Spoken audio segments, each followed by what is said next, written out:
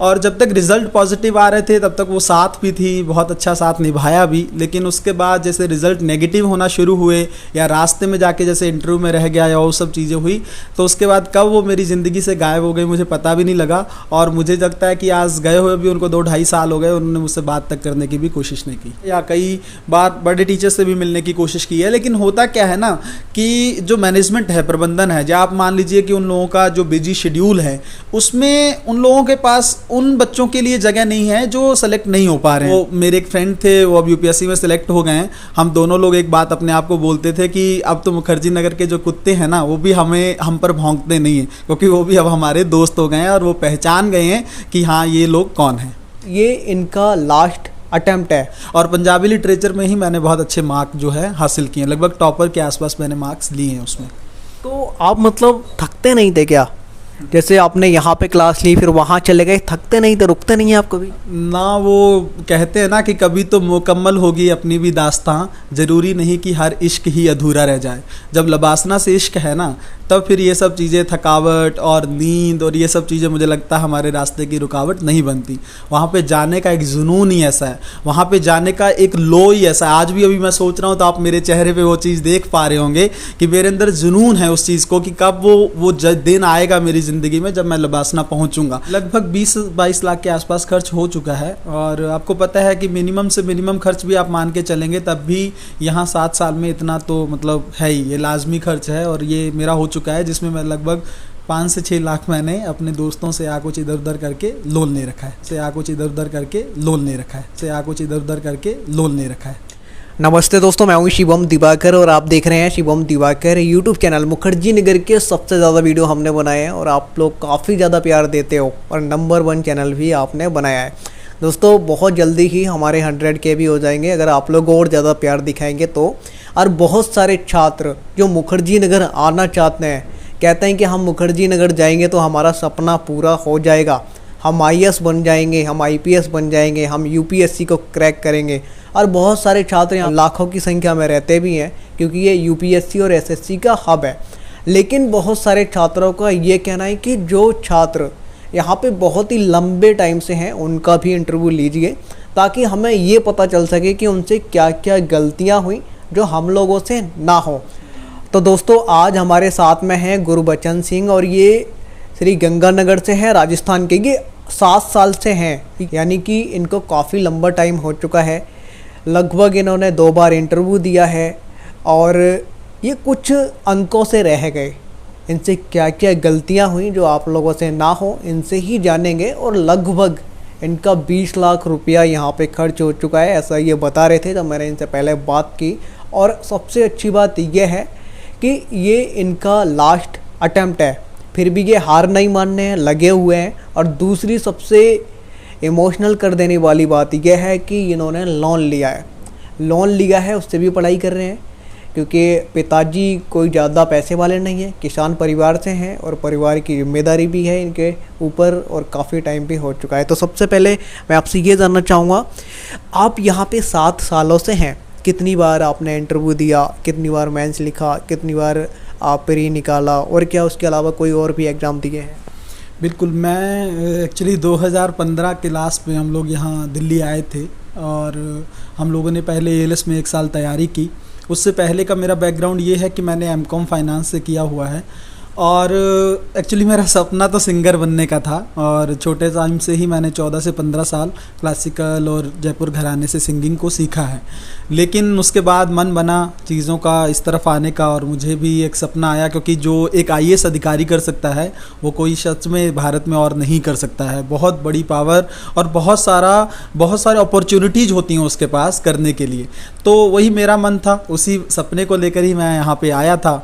अब वो अभी तक तो नहीं पूरा हुआ है देखिए, और अगर आगे होता है, मेरी बस एक ही कोशिश है कि मुझे इसको किसी तरह से पूरा करना है और अंतिम प्रयास तक लगे रहना है। और मैंने अभी तक UPSC के 5 अटैम्प्ट दे दिए हैं, जिसमें मैं UPSC का 1 बार इंटरव्यू दिया हूँ, 2 बार UPSC का मेंस लिख चुका हूँ। उसके अलावा मैंने असिस्टेंट कमांडेंट का इंटरव्यू जो है वो दिया है, उसमें मैं रुका हूँ 2-3 मार्क्स से। उसके अलावा मैंने राजस्थान PSC का मेंस दे दिया है 1 बार और मेरा UGC नेट भी जो है वो क्वालिफाइड है।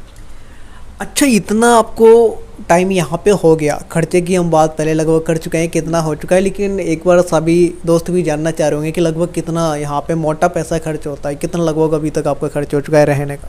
लगभग 20-22 लाख के आसपास खर्च हो चुका है। और आपको पता है कि मिनिमम से मिनिमम खर्च भी आप मान के चलेंगे तब भी यहाँ 7 साल में इतना तो मतलब है ही, ये लाजमी खर्च है। और ये मेरा हो चुका है जिसमें मैं लगभग 5 से 6 लाख मैंने अपने दोस्तों से या कुछ इधर उधर करके लोन ले रखा है।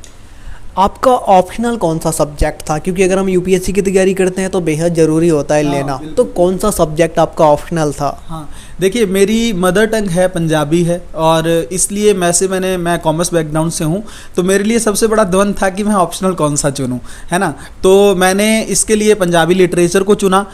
पर जब मैंने उसको चुना तो मेरे लिए एक सबसे बड़ी चुनौती वहाँ पे ये पैदा हो गई, क्योंकि उसकी कोचिंग्स अवेलेबल नहीं है, ना मुखर्जी नगर में ना ही राजेंद्र नगर में है। अभी 1-2 हो सकती हैं आ गई हों, लेकिन उस समय जब मैं आया था तब कोई कोचिंग नहीं थी। तब इनकी कोचिंग जलंधर, लुधियाना, चंडीगढ़ यहाँ पर तो उपलब्ध थी, पर वो भी उस लेवल की नहीं थी। तो फिर मैंने लुधियाना जो है मिताली मैम करके हैं, उनसे मैंने पंजाबी लिटरेचर की कोचिंग ली। बट उसका भी अपना एक अलग अनुभव है, क्योंकि मैं 6 दिन यहाँ पर एएलएस की क्लास होती थी, ठीक है। सुबह से शाम हम वहाँ पे बिजी रहते थे, रात को हम लोग पार्कों में पढ़ते थे। मेरे कई मित्र हैं, वो अब सुन रहे होंगे तो शायद जानेंगे इस बात को कि किस तरह से हम लोग पार्कों में बैठ के रात भर रिवाइज करते थे, फिर सुबह जल्दी से जल्दी क्लास पहुँचते थे। तो 6 दिन तो एएलएस में क्लास चलती थी, और सैटरडे रात को मैं यहाँ से मतलब 10-11 बजे के आसपास ट्रेन पकड़ के मैं लुधियाना जाता था। वहाँ मैं सुबह जैसे पहुँच गया 8 बजे, तो 8 बजे से लेके 3-4 बजे तक मेरी वहाँ पंजाबी लिटरेचर की 5-6 घंटे की क्लास चलती थी। वहाँ से फिर 4 बजे मैं चलता था, तो रात को 11 बजे मैं दिल्ली आ जाता था, और सुबह फिर मैं फिर से एएलएस की क्लास को ज्वाइन करता था। और पंजाबी लिटरेचर में ही मैंने बहुत अच्छे मार्क जो है हासिल किए, लगभग टॉपर के आसपास मैंने मार्क्स लिए हैं उसमें। तो आप मतलब थकते नहीं थे क्या? जैसे आपने यहाँ पे क्लास ली फिर वहाँ चले गए, थकते नहीं थे, रुकते नहीं है आप कभी? ना, वो कहते हैं ना कि कभी तो मुकम्मल होगी अपनी भी दास्तां, ज़रूरी नहीं कि हर इश्क ही अधूरा रह जाए। जब लबासना से इश्क है ना, तब फिर ये सब चीज़ें, थकावट और नींद और ये सब चीज़ें मुझे लगता है हमारे रास्ते की रुकावट नहीं बनती। वहाँ पे जाने का एक जुनून ही ऐसा है, वहाँ पे जाने का एक लो ही ऐसा है। आज भी अभी मैं सोच रहा हूँ तो आप मेरे चेहरे पे वो चीज़ देख पा रहे होंगे कि मेरे अंदर जुनून है उस चीज़ को, कि कब वो दिन आएगा मेरी ज़िंदगी में जब मैं लबासना पहुँचूँगा। तो वो सब चीज़ें जब आपकी ज़िंदगी में होती हैं ना, तब मुझे नहीं लगता नींद। और रही बात नींद की, तो उस समय तो देखो ऐसा होता था, कई बार मैं रात को स्टेशन पर सोता रहता था, क्योंकि कई बार ट्रेन लेट हो जाती थी, कई बार आते टाइम बस में सो गया। बस इसी तरह का कुछ चीज़ें चलती रहती थी। 2 घंटे सो लिए, फिर पढ़ लिए, 2 घंटे कर लिए, इस तरह से ही नींद को भी मैंने पूरा किया है। यहाँ पे कोचिंग्स में कितना टाइम लगा, कितने घंटे आपकी चलती थी, और अभी भी आप कितने घंटे लगभग डेली पढ़ते हैं? यहाँ पे पता चलता है कि लगभग हर लाइब्रेरी वाला आपको जानता है, तो लगभग आप हर लाइब्रेरी में गए हैं, कोई सा लाइब्रेरी आपने छोड़ा है या नहीं 7 सालों में? छोड़ा नहीं है, 7 साल में लगभग मैं हर जगह गया हूँ। संस्कार, यूथ लाइब्रेरी, उसके अलावा बहुत सारी लाइब्रेरी में मैंने पढ़ाई की है। अभी लास्ट भी मैं यूथ लाइब्रेरी में काफ़ी टाइम रहा हूँ, अंकर लाइब्रेरी में रहा हूँ। देखिए लाइब्रेरी तो है ही है, बाकी एएलएस में 5 से 6 घंटे की क्लास होती थी, ठीक है। बीच में थोड़ा गैप होता था, पर 2 क्लासेस हमारी लगातार चलती थी। रूटीन मेरा ये रहा, जब तक क्लास थी उसके बाद मैं पढ़ता था पूरी रात। और मैं आपको अगर सबसे पहले साल का अगर या 2 साल का रूटीन बताऊं, तो मेरे फ्रेंड थे एक जो मेरे साथ पंजाब से रहते थे, उनकी सुबह 7 बजे एएलएस में क्लास होती थी। तो मैं उनको सुबह उठा के ना, जैसे रात को हम लोग क्लास करके आए, शाम में 7 से 10 बजे तक पार्क में पढ़ लिया, फिर मैं आके 1-2 घंटे रेस्ट करके थोड़ा बहुत 11 साढ़े 11 पढ़ के मैं 11 साढ़े 11 से लेके सुबह 6 बजे तक मैं पढ़ता था। और फिर उनको उठा के फिर मैं सोता था 5 घंटे, ताकि मेरी 11 बजे से फिर एएलएस में क्लास होती थी।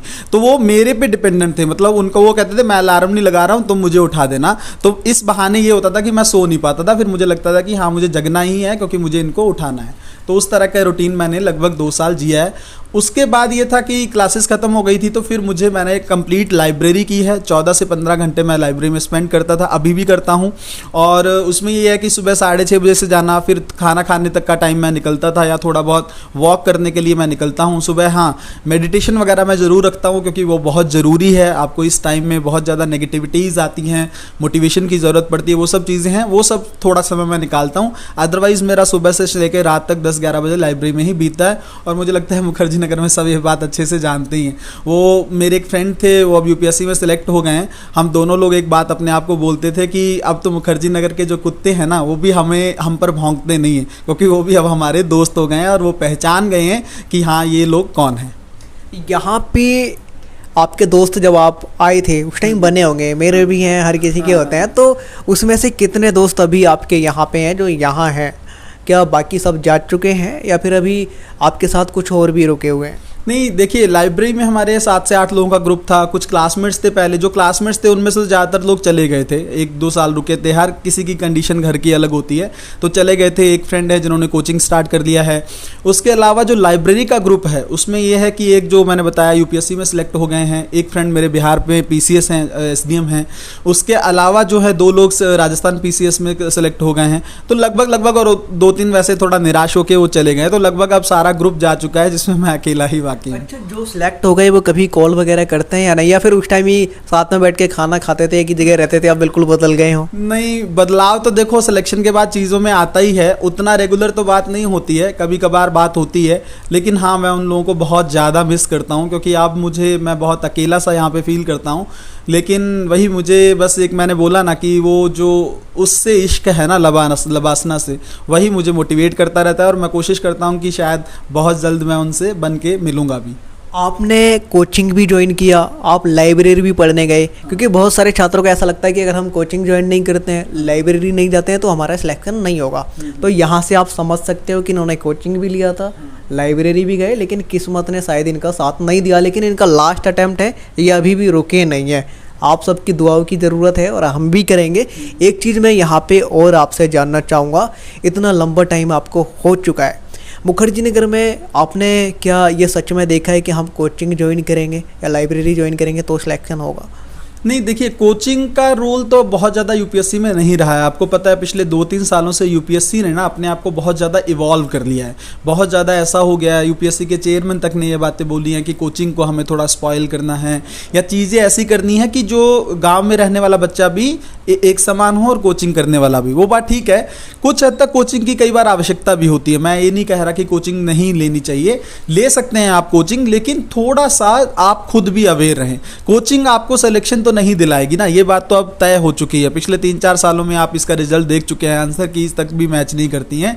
कोचिंग का रोल उतना बड़ा नहीं है, लेकिन अगर आप यहाँ आके तैयारी करना चाहते हैं तो यहाँ का जो पर्यावरण है, जो इन्वायरमेंट है यहाँ का, एक पॉजिटिविटी है, नेगेटिविटी है, सब कुछ है। और आप जिंदगी में वो कहते हैं ना रेंग रेंग के इंसान चलना सीखता है, उसी तरह से यहाँ पर बहुत सारी ठोकरें जो हैं जिंदगी की, मुझे लगता है मुखर्जी नगर आपको उसमें काफ़ी ज़्यादा मदद करता है। बहुत बार गिरते हैं फिर उठते हैं, और कई बार क्या होता है ना कि जैसे कोई गिरता है तो उसको उठाने वाले लोग आ जाते हैं, पर यहाँ पे आपको उठाने वाला कोई नहीं होगा। आप अकेले ही गिरेंगे, आप फिर खुद ही उठेंगे, खुद ही संभलेंगे, खुद ही रोएंगे, खुद ही संभालेंगे। ये सब चीज़ें आपको खुद ही करनी है।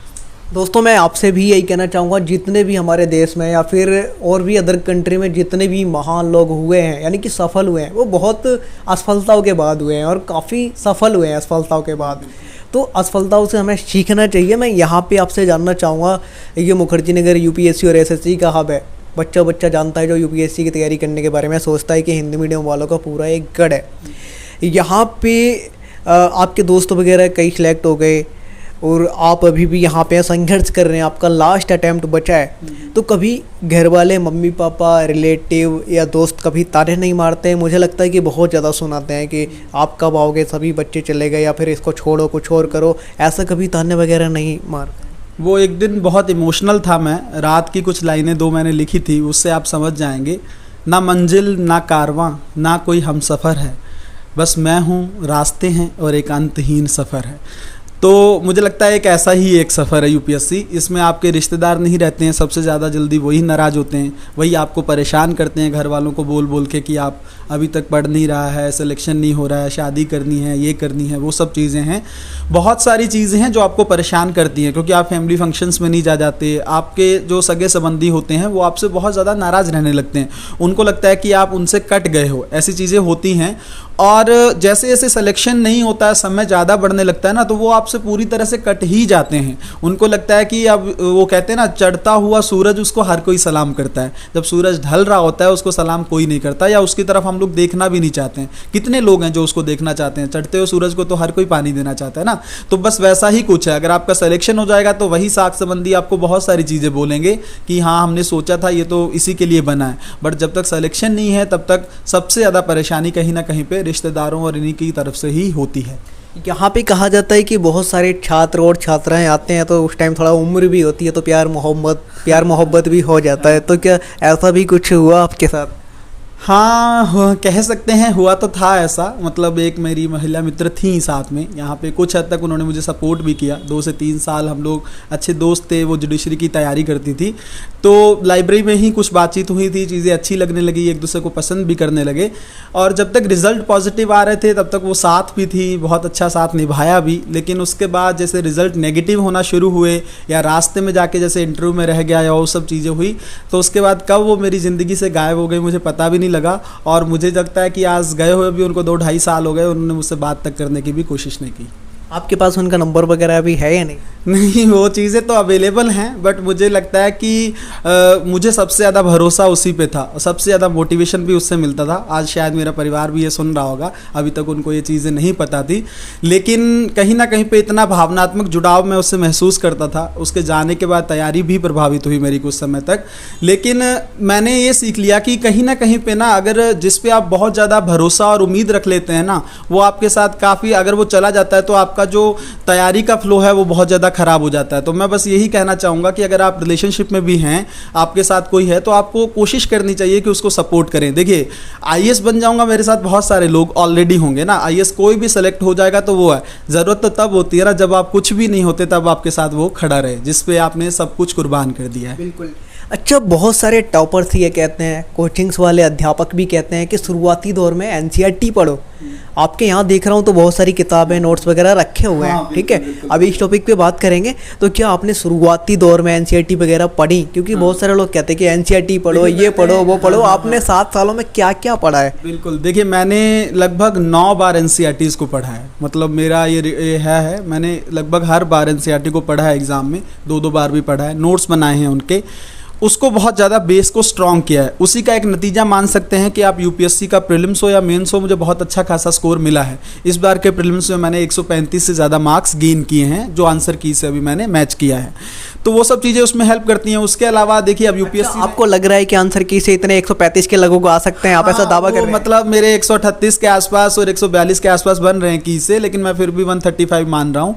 तो मुझे लगता है ये काफ़ी अच्छा स्कोर है। सीसेट में कुछ चीज़ें ख़राब नहीं रही, मतलब पॉजिटिव नहीं रही, इससे थोड़ा नुकसान हुआ है, लेकिन जीएस में मेरे लगभग 135 के आसपास मार्क्स हैं। क्या क्या पढ़ा आपने? इस टॉपिक पे बात कर रहे थे। हाँ, तो बस वही है कि इसके पहले तो जो बेसिक बुक्स हैं, हम जब मैं ये कहना चाहूँगा, देखिए सबसे पहले एनसीईआरटी को कई बार पढ़ लें, नोट्स बना लें। वो आपने भी तो 9 बार पढ़ी है। हाँ, तो मैं वो इसलिए कहता हूँ ना, क्योंकि क्या होता है कि हम उस पे ना जाके ना सीधा एडवांस की तरफ भागते हैं। बहुत सारे बच्चे आते हैं, जैसे ही उनको एक आध बार एनसीईआरटी को पढ़ना है, मुझे लगता है बहुत सारे जो तैयारी कर रहे होंगे उनको पता होगा 1-2 बार से ज़्यादा वो नहीं पढ़ते हैं। ये सबसे बड़ी कमी है, इस पे ध्यान दें।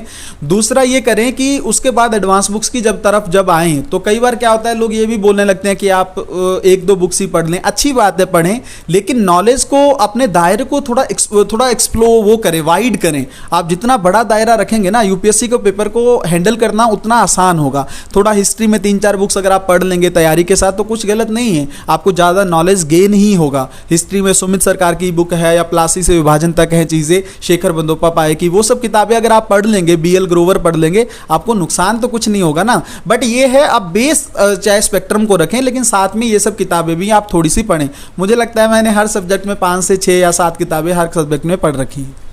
यहाँ पे मैं देखता हूँ बहुत सारे छात्र अपने नोट्स वगैरह भी बनाते हैं, कई बार लिखते हैं। तो आपने लगभग कितनी बार लिखा होगा? मैंने ये देखिए आपके सामने ही है, मैंने ये हिस्ट्री का पूरा कंसाइज नोट है मेरा, लगभग इसमें सब कुछ मिलेगा आपको प्रीलिम्स में, और अच्छा खासा स्कोर इसी से मैंने गेन किया है।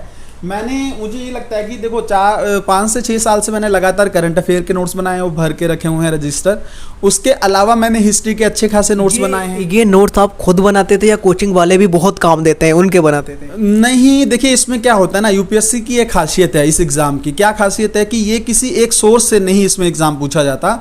इसमें किसी एक कोचिंग का कोई कंप्लीट रोल नहीं है ना, कुछ चाहे कोई भी कितनी भी अच्छी कोचिंग हो, इसमें आपको सबको मिला के पढ़ना पड़ता है, और सबको मिला के कंसाइज और कंबाइंड नोट बनाने पड़ते हैं, उसके लिए आपको खुद ही बनाने पड़ते हैं। तो रात भर 2-2 बजे 3 बजे, मैं आपको क्या बताऊं कि मैं पंजाबी लिटरेचर का जो मेरा 290 मैंने मार्क्स स्कोर किया है, उसके लिए मैंने पीएचडी की फाइल्स जो हैं मेरे लैपटॉप भर रखा है, लाइब्रेरी से ले लेके उनमें से छाना है कि इंट्रोडक्शन में क्या लिखना है, कंक्लूजन में क्या लिखना है। तो पीएचडी भर की फाइलें रात भर बैठ के मैंने उनको छान के नोट्स बनाए हैं और बहुत अच्छे वे में मैंने उसके नोट्स बनाए पंजाबी। बात ये करेंगे, आपको इतना टाइम लगभग हो गया, गलतियां क्या क्या हुई, अगर ये पता चलना है बहुत सारे लाखों छात्रों को तो शायद उनका टाइम बचेगा।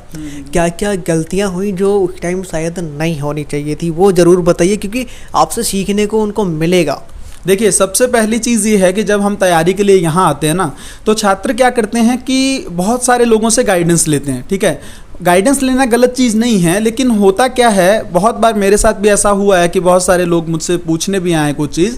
तो जैसे मान लीजिए किसी एक से हमने लिया और दूसरे पे गए ना, तो दूसरे से जब बात कर रहे हैं तो पहले का भूल जाते हैं, जब तीसरे पे जाते हैं तो दूसरे का भूल जाते हैं। ऐसे मान लीजिए हम लोगों ने 50 लोगों से गाइडेंस ली, तो 49वें लोग ने किसने क्या बोला है वो हम चीज़ें भूल जाते हैं। और अगर 50वें स्थान पर खड़े व्यक्ति ने आपको गलत गाइड कर दिया तो आप कभी भी लबासना की तरफ तो नहीं जा पाएंगे, आप बहुत गलत डायरेक्शन में चले जाएंगे और आपको इसका पता भी नहीं चलेगा। तो सबसे पहले आप एक सही मार्गदर्शन ले, गाइडेंस बहुत ज़्यादा जरूरी है। दूसरा, आप क्या करें कि वो कहते हैं ना कि जब अगर रास्ता गलत पकड़ लिया ना तो मंजिल तक तो आप कभी नहीं पहुंच पाओगे। रास्ते का मतलब है कि आपकी रणनीति सही होनी चाहिए। किसी इंसान की अगर स्ट्रेटजी सही नहीं है तो उसको बहुत सारी प्रॉब्लम आपको आगे जाके फेस करनी पड़ेंगी। तो कहीं ना कहीं पे ये सब चीज़ें हैं, कमियां, इन सब चीज़ों को ध्यान में रखना चाहिए। यूपीएससी का सिलेबस जो है वो आपको बार बार रटना चाहिए। आप कोचिंग से या किसी टीचर से या किसी 100% उस पर डिपेंड मत रहिए। अगर किसी भी एक नोट्स पे आप डिपेंडेंसी रखेंगे ना, मान लीजिए आपने लक्ष्मीकांत पे ही सोच लिया, 100% उस पर डिपेंड है, तो यूपीएससी ने कोई फिक्स नहीं कर रखा कि वो लक्ष्मीकांत से ही क्वेश्चन पूछेगा।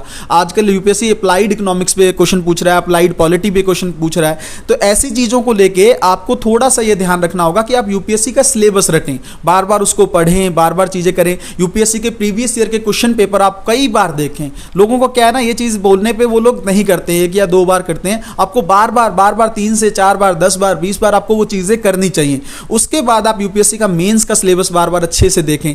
और सबसे बड़ी चीज़ जो मैं यहाँ पे मतलब बोलना चाहूँगा वो ये कि पिछले 3 सालों से यूपीएससी ने अपने आप को बहुत बड़े लेवल पे इवॉल्व किया है। उस इवोल्यूशन प्रोसेस को समझें आप कि क्या कर रहा है, किस तरह का। लोग बहुत सारा टेक्निक्स यूज करने लगते हैं प्रीलिम्स में कि इस टेक्निक से हमारा पैसे क्वेश्चन निकल जाएगा। उन सब चीज़ों में मत फंसिए। आप देखिए, शॉर्टकट नहीं होता है मंजिल का, आपको पता है ना, शॉर्टकट के बहुत सारे नुकसान होते हैं। हर कोई शॉर्टकट से जल्दी पहुंचना चाहता है और शॉर्टकट आपको गिरा भी सकता है। ठीक है, तो आपको रास्ता वही चुनना है जो एक जेन्युइन रास्ता है, चाहे उसमें थोड़ा समय लग जाए, गलत नहीं है, लेकिन आप मंजिल तक कम से कम उससे पहुंच जाएंगे। मम्मी पापा क्या करते हैं, फैमिली का बैकग्राउंड क्या है, क्या करते हैं? देखिए, मैं किसान परिवार से हूँ, मेरे पापा किसान हैं और खेती करते हैं। बस यही इस तरह का है। मेरी मम्मी जो माता जी हैं वो गृहिणी हैं, हाउसवाइफ हैं, घर की चीज़ें संभालती हैं।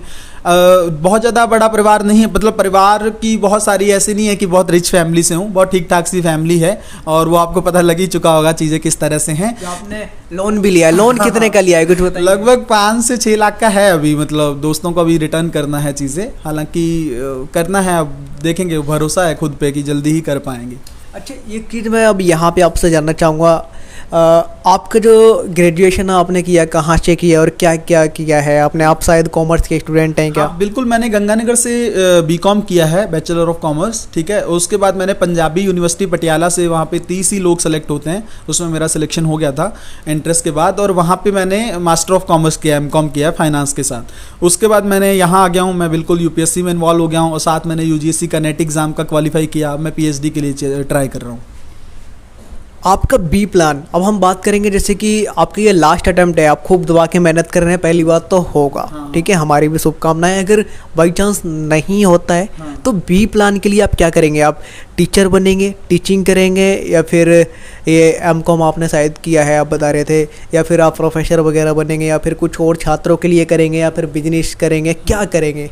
देखिए, सबसे पहली चीज़ ये है, करने के लिए बहुत सारे विकल्प होते हैं। एक चीज़ मैं यहाँ पे रेखांकित करना चाहूँगा कि जो बच्चे हैं में डर होता है ना, जो अभ्यर्थी होते हैं यूपीएससी के, मैंने भी उस डर को फेस किया है, इसलिए बता रहा हूँ कि डर ये होता है कि अगर नहीं बने तो क्या। देखिए इस और ये डर ना आपकी तैयारी को भी इफेक्टिव करता है, आपकी तैयारी को भी खराब करता है ये वाला डर। तो इस डर को हटा दें, क्योंकि करने के लिए देखिए बहुत सारे विकल्प हैं, कुछ ना कुछ तो आप बहुत अच्छा करेंगे ही, ये नॉलेज आपकी वेस्ट नहीं जाएगी और आप पढ़ाएंगे और लास्ट में अगर कुछ भी नहीं हो पाएगा ना तो इस कंटेंट को आप डिलीवर कर पाएंगे। दूसरी बात ये है, जो मैंने सोचा है, मैंने यूपीएससी को फेस किया है, इस जीवन को मैं 7 साल जिया हूँ, तो मुझे पता है कि एक एस्पिरेंट होने के नाते सबसे बड़ी जो कमी है हिंदी मीडियम के छात्रों के लिए वो ये है कि हमारे पास गुणवत्ता युक्त सामग्री नहीं है। देखिए आप, कंटेंट तो बहुत ज़्यादा अवेलेबल है, एक समय था किताबें नहीं थी ज़्यादा, बहुत लिमिटेड किताबें थी। आज तो आपको पता है बहुत सारी किताबें भी हैं और सॉफ्ट कॉपी के फॉर्म में भी अवेलेबल हैं। उसके अलावा जो इंटरनेट है उस पर भी बहुत सारा कंटेंट अवेलेबल है।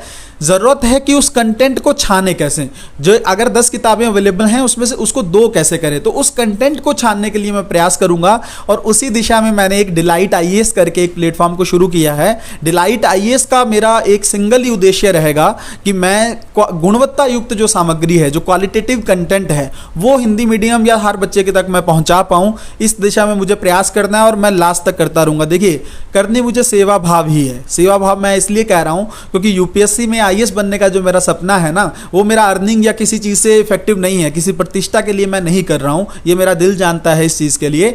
और मुझे वहाँ जाके बहुत सारे लोगों को एजुकेशन के लिए काम करना है। मैं चाहता हूँ कि जो जितने भी पिछड़े वर्ग के लोग हैं या गरीब बच्चे हैं उनको एजुकेशन, क्योंकि सोचिए देखिए नेल्सन मंडेला ने ये बात बोली है कि शिक्षा से बड़ा कोई हथियार नहीं है, ये क्रांति ला सकता है समाज में। तो मेरा वही एक उद्देश्य है। अगर मैं वहाँ पे नहीं कर पाता हूँ, कि खुदा ना खास्ता अगर मैं इस बार नहीं भी सेलेक्ट हो पाता हूँ, तो मैं इस बार जो है डिलाइट आईएएस के माध्यम से, इस मंच के माध्यम से एजुकेशन में क्रांति लाने का प्रयास करूंगा और क्वालिटेटिव कंटेंट जो है उसकी भरमार मैं करने की कोशिश करूंगा। इसके अलावा कुछ और प्लानिंग भी है या नहीं?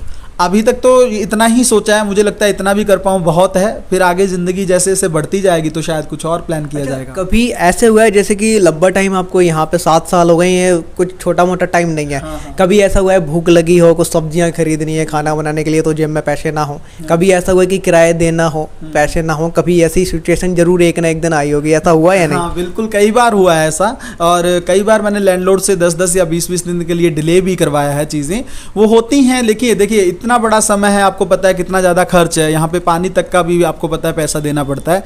तो मुखर्जी नगर में एक तो क्या है कि मतलब इतना ज़्यादा एक्सपेंसेस है कि आपको उसको मेंटेन करने के लिए एक बड़ा हेडेक रहता है। आप जब तैयारी करते हैं ना तो सबसे ज़्यादा डर यही रहता है। कई बार ऐसा फील हुआ है, अंकल से, जो लैंडलॉर्ड अंकल हैं उनसे 1-1, 2-2 महीने तक का भी मैंने रोका है कि अंकल मैं आ जाएंगे घर से पैसे, क्योंकि आपको पता है किसान के घर में पैसे तब आते हैं जब फसल बिकती है, ठीक है। तो उस तरह की चीज़ें हैं। बाकी ये है कि वेट करते हैं, लेकिन मैंने जो बोला ना कि उस लबासना जाने के लिए या अपने मुकाम को पाने के लिए जब वो बहुत स्ट्रांग हो ना, डॉक्टर एपीजे अब्दुल कलाम क्या बोलते हैं, उन्होंने ये बात बोली थी कि सपने वो नहीं हैं जो आपको रात को आए, सपने वो हैं जो आपको सोने ना दें, है ना। तो मेरी बस वही कोशिश है कि अपने सपने को साकार करने के लिए मुझे किसी भी तरह से या किसी भी रास्ते से गुजरना पड़े, मैं उसके लिए तैयार हूँ।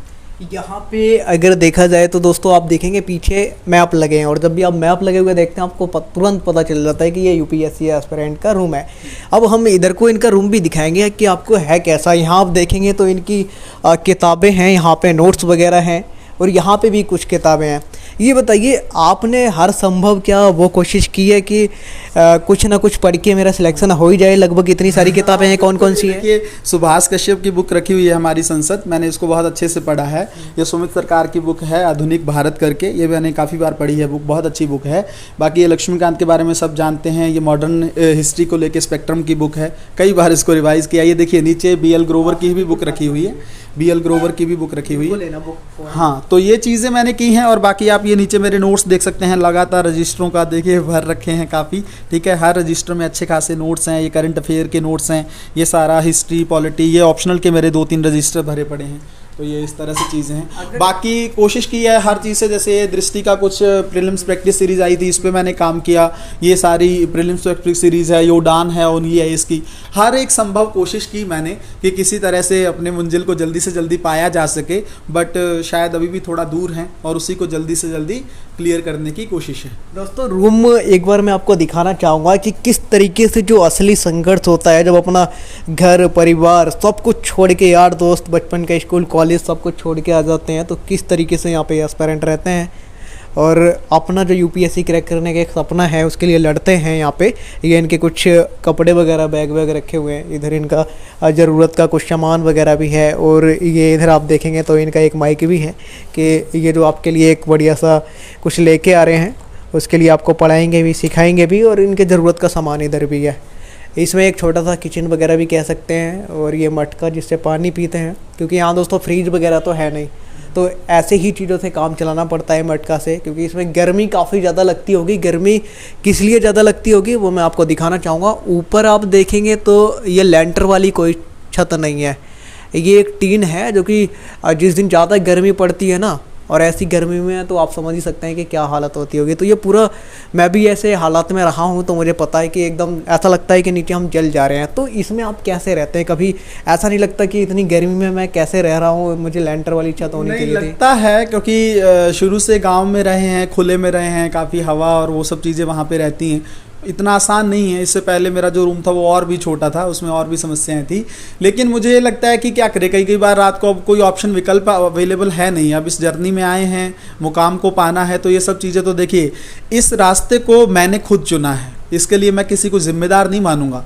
चाहे वो कोई भी हो, चाहे परिवार हो, चाहे कोई मेरे मेंटोर हो, कोई भी हो, मैं किसी को जिम्मेदार नहीं। ये रास्ता जब मैंने चुना है ना, तो इस रास्ते में आने वाले जो कांटे हैं उनको भी मुझे ही झेलना है, उन पर होकर से भी मुझे ही गुजरना है, तो उसके लिए मैं तैयार हूँ। तो ये सब चीज़ें आपको ज़्यादा वो परेशान नहीं करती हैं, जब आपका उद्देश्य जो है वो बहुत स्ट्रांग हो। अच्छा, मम्मी पापा को क्या कहना चाहेंगे? आप काफ़ी ज़्यादा इंतज़ार करा रहे हैं, आप क्या कहना चाहेंगे? कुछ नहीं, बस मैं इतना ही कहना चाहता हूँ, क्योंकि माँ बाप ऐसे होते हैं, वो हर परेशानी में अपने बच्चों के साथ खड़े रहते हैं, चाहे पूरी दुनिया छोड़ के चले। बिल्कुल, माता पिता आज मेरे साथ बहुत ज़्यादा, सबसे ज़्यादा सपोर्ट उनका ही रहा है। एक मेरे मित्र हैं ऑस्ट्रेलिया के, उन्होंने बहुत ज़्यादा सपोर्ट किया है, तो उन्हीं लोगों से मैं सिर्फ इतना ही कहना चाहूँगा कि थोड़ा भरोसा रखिए, चीज़ें बहुत अच्छी होंगी और सही समय पर होंगी। और दो चीज़ें होती हैं देखिए सफलता के लिए, एक होता है हार्डवर्क प्लस आपकी जो लक होता है। जब ये दोनों मिल जाते हैं, इज इक्वल टू, तब जाके सक्सेस आती है, तब सफलता आती है। तो हमारे पास किस्मत का जो रोल है ना, वो उस पर हम ज़्यादा नहीं कर सकते, हम उसमें भगवान का नाम ले सकते हैं, उनको याद कर सकते हैं, अच्छे काम कर सकते हैं, लेकिन मेन रोल हमारे हाथ में है, वो हमारी मेहनत है। उस पर मुझे लगता है मैंने कसर नहीं छोड़ी है। मैंने लगातार 6 से 7 साल एक ही जीवन को जिया है। जैसे मैंने आपको बताया ना कि एक सुबह उठ के बैग उठा के चल देना, लाइब्रेरी से रात को आना, उस ज़िंदगी को मैंने जिया है सिर्फ एक चीज़ के लिए, कि मैं मम्मी पापा का सपना पूरा कर पाऊँ। मैं चाहता हूँ, क्योंकि हमारे ख़ानदान में भी कोई अभी तक इतना ऐसा नहीं है कि कोई IAS अधिकारी बना हो, चीज़ें वो हों, तो मैं चाहता हूं कि उन लोगों को मैं सपना उनका पूरा कर पाऊं, और मुझे लगता है कि ये चीज़ें जल्दी हो पाएंगी। दोस्तों, अब बहुत सारे छात्र मिलना चाहेंगे इनसे, या फिर बात करना चाहेंगे, या जुड़ना चाहेंगे, तो उसके लिए हम एक चीज़ यहाँ पे करने वाले हैं। डिस्क्रिप्शन में ये जो सर हैं, इनके चैनल का मैं लिंक डाल दूँगा, जैसे ही आप क्लिक करेंगे तो वहाँ पहुँच जाएंगे। आप कमेंट वगैरह में भी बात कर सकते हैं। रूम एक बार मैं इधर आपको और दिखाना चाहूँगा, इनका कुछ सामान रखा है, और हम किस तरीके से वीडियो रिकॉर्ड कर रहे हैं वो भी आप देख ही लीजिए, क्योंकि आपसे कुछ छुपा नहीं है, मैं आपके सामने सब कुछ शेयर करता हूँ। इधर ये बिल्कुल टॉप फ्लोर पर रहते हैं, तो ये काफ़ी ज़्यादा गर्म ये रूम हो जाता है। अभी हम रात के टाइम इसे रिकॉर्ड कर रहे हैं, तो हम आपको और ज़्यादा चीज़ें कुछ नहीं दिखा पा रहे हैं। एंड में मैं आपसे फिर इसी बात पे जोर देना चाहूँगा कि और क्या गलतियाँ हुई हैं, क्या ये जैसे कि गर्लफ्रेंड बनाना, ये भी क्या एक गलती हो सकती है, या फिर और क्या गलती ऐसी हुई जो दूसरे छात्रों के साथ ना हो? देखिए, मुझे लगता है कि ये सब जो रिश्ते होते हैं ना, ये समय की डिमांड के अनुसार होते हैं, ठीक है। आप आगे बढ़ते हैं, ऐसा कोई मेरा प्लानिंग में नहीं था, और मैं तो कुछ हद तक मैं इसको स्वीकार भी करता हूँ कि शायद ये गलती हुई, लेकिन मुझे लगता है कि आपको पता नहीं चलता है इन चीज़ों को लेके। जैसे आप किसी से लगातार बात कर रहे हैं, कोई आपको सपोर्ट कर रहा है, तो ये चीज़ें हो जाती हैं, लेकिन इसको लेके मैं गलत भी नहीं समझता हूँ। और ये आपकी गलत तब हो जाती हैं जब ये आपकी तैयारी को इफेक्ट करने लगती हैं। जब इस किसी चीज़ से, या कोई इंसान आता है या चला जाता है, उससे अगर आपकी तैयारी प्रभावित हो जाती है, तो मुझे लगता है फिर तो बहुत बड़ी गलती है। तो तब अगर आपके अंदर ये मतलब ये इतनी हिम्मत है कि आप इस चीज़ को सहन कर पाएँ, तभी इन सब दिशा में जाने का आपको सोचना चाहिए, वरना आपको पूरे डेडिकेशन के साथ, पूरे फोकस के साथ अपनी तैयारी पे ध्यान देना चाहिए। क्योंकि मुझे लगता है कि अगर आपने पहले चीज़ें की हैं और वो सपोर्टिव इंसान नहीं है ना, तो आपको हो सकता है बहुत बड़ी समस्या का सामना करना पड़े। अब मैं यहाँ पे एक चीज़ और पूछना चाहूँगा, ऐसे मतलब बहुत सारे छात्र कहते हैं जब आपने उस टाइम कोचिंग ज्वाइन किया था तो क्या आपकी कोई समस्या या कुछ भी होता था तो आप अपने अध्यापकों से मिल पाते थे या नहीं? क्योंकि अब बहुत सारे छात्र कहते हैं कि हम 2.5 लाख रुपए फीस जमा कर देते हैं और अगर हमें कुछ पूछना होता है तो हम कमेंट के थ्रू पूछें या फिर मेल करें या फिर उनको लिख के भेजें, और पता ही नहीं चलता है कि आखिर वही चेक कर रहे हैं या फिर कोई और चेक कर रहा है और हम उनसे मिल भी नहीं पाते। तो क्या आपके टाइम भी ऐसा होता था?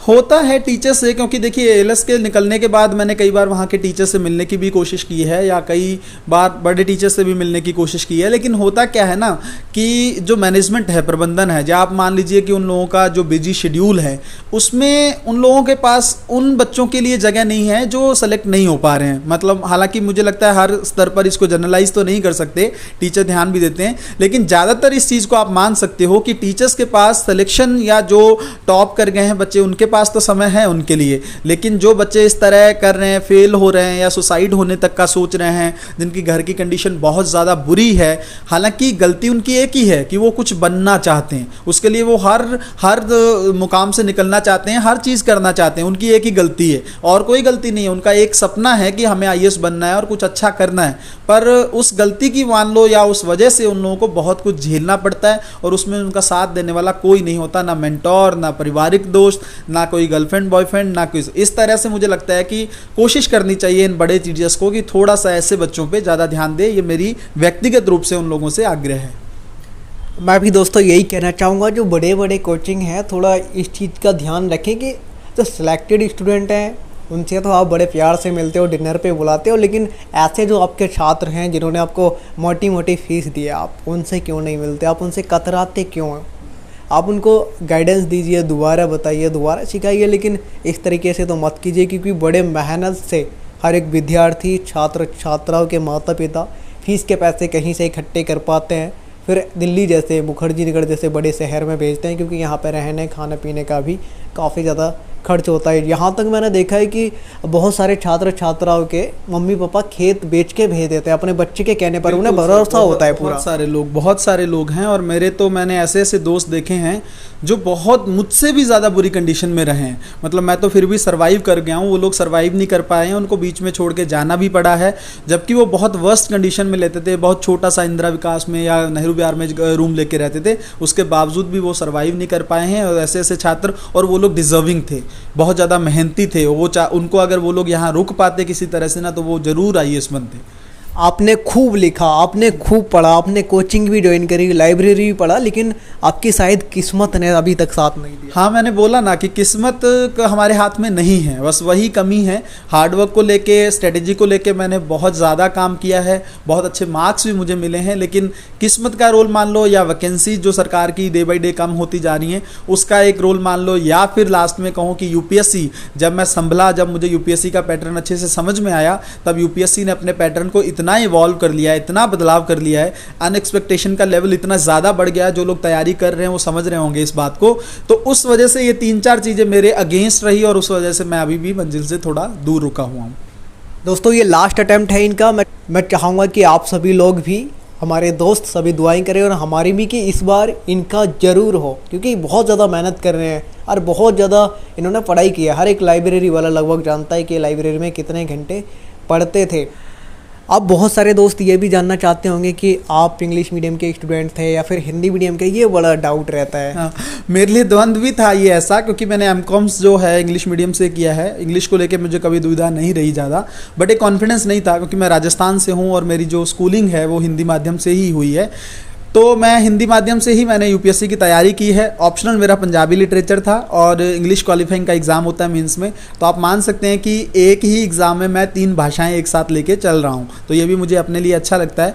और यहाँ पे ही मैं एक चीज़ ऐड करना चाहूँगा। देखिए, हिंदी माध्यम से मैंने मेंस दिया है, ये चीज़ें हैं, तो उसमें मुझे बहुत अच्छे मार्क्स मिले हैं। आप इस चीज़ से मत डरिए कि माध्यम क्या है, हिंदी है या इंग्लिश है, ऐसा मत सोचिए आप। हिंदी मीडियम में भी आप सोचिए, इस बार तो बहुत अच्छा रिजल्ट आया, 18th रैंक पर रवि कुमार सहवाग आए हैं, गंगानगर से ही हैं वो।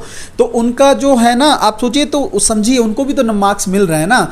इसलिए आप हिंदी माध्यम से घबराइए मत। हिंदी माध्यम में भी अगर आप अच्छा लिखेंगे तो आपको मार्क्स मिलेंगे। तो हिंदी माध्यम को लेकर मुझे लगता है किसी परेशानी में नहीं रहना चाहिए। आज की वीडियो आपको कैसी लगी कमेंट बॉक्स में ज़रूर लिखिए, और हाँ, अगर आपको ऐसा लगता है हम कुछ पूछना भूल गए तो आप कमेंट बॉक्स में लिखिए, नेक्स्ट टाइम ज़रूर मिलेंगे और आपके लिए हमेशा वीडियो बनाता रहता हूँ। मिलते हैं आपसे किसी और वीडियो में। आप हंसते रहिए, मुस्कुराते रहिए और मन लगा के पढ़ते रहिए, आगे बढ़ते रहिए। जय हिंद, वंदे मातरम।